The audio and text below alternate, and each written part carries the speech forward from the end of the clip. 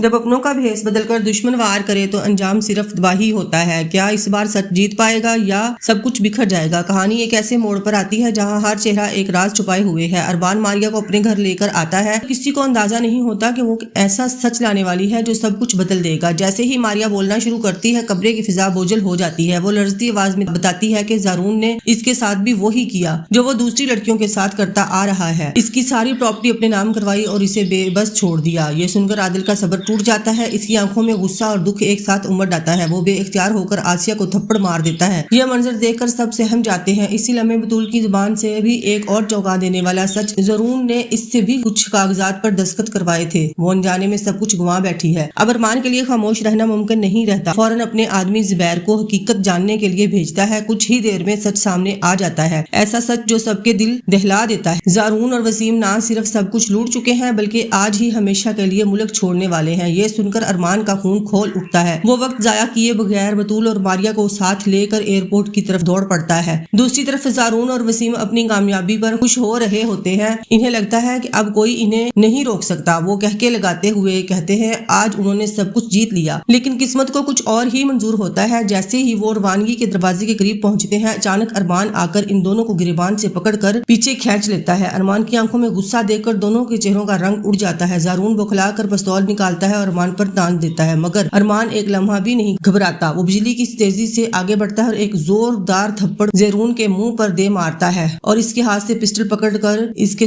ہر ظلم کا حساب لیتا ہے۔ اس کے تھپڑ صرف غصہ نہیں بلکہ ہر اس درد کی آواز ہوتے ہیں جو اس نے دوسروں کو دیا۔ ادھر وسیم پیچھے سے حملہ کرنے کی کوشش کرتا ہے، مگر بطول آگے بڑھتی ہے اور اسے ایسا تھپڑ مارتی ہے کہ اس کی ساری اکڑ ختم ہو جاتی ہے۔ ماریا بھی چیخ کر کہتی ہے اب تمہارا کھیل ختم ہو چکا ہے، تم نے جو بویا تھا آج وہی کاٹو گے۔ اسی وقت پولیس وہاں پہنچ جاتی ہے۔ ارمان پہلے ہی سب کچھ بتا چکا ہوتا ہے۔ پولیس دونوں کو گرفتار کر لیتی ہے۔ زارون اور وسیم کی ساری چلاکی ختم ہو جاتی ہے۔ وہ ہتھکڑیوں میں جکڑے ہوتے ہیں۔ ارمان ان کے جھوٹے کاغذات کو پھاڑ کر ہوا میں اڑا دیتا ہے، جیسے وہ ان کے دھوکے کو ہمیشہ کے لیے ختم کر رہا ہو۔ آخرکار عدالت انہیں سزا سنا دیتی ہے۔ جب ارمان یہ خبر لے کر گھر پہنچتا ہے تو بطول روتے ہوئے کہتی ہے اب وہ اس اندھیرے سے نکل کر نئی زندگی شروع کرے گی۔ عادل جذباتی ہو کر ارمان کا ہاتھ تھام لیتا ہے اور کہتا ہے بیٹا تم نے ہمیں برباد ہونے سے بچا لیا، میری آخری خواہش ہے کہ تم اور راہ ایک ہو جاؤ۔ راہ خاموشی سے ارمان کو دیکھتی ہے، اس کی آنکھوں میں شرم اور خوشی دونوں ہوتی ہیں اور وہ ہاں کر دیتی ہے۔ اگلے ہی دن اس کا نکاح ہو جاتا ہے اور ایک طویل اندھیرے کے بعد اس گھر میں خوشیوں کی روشنی واپس آ جاتی ہے۔ آخر میں سوال، کیا سچ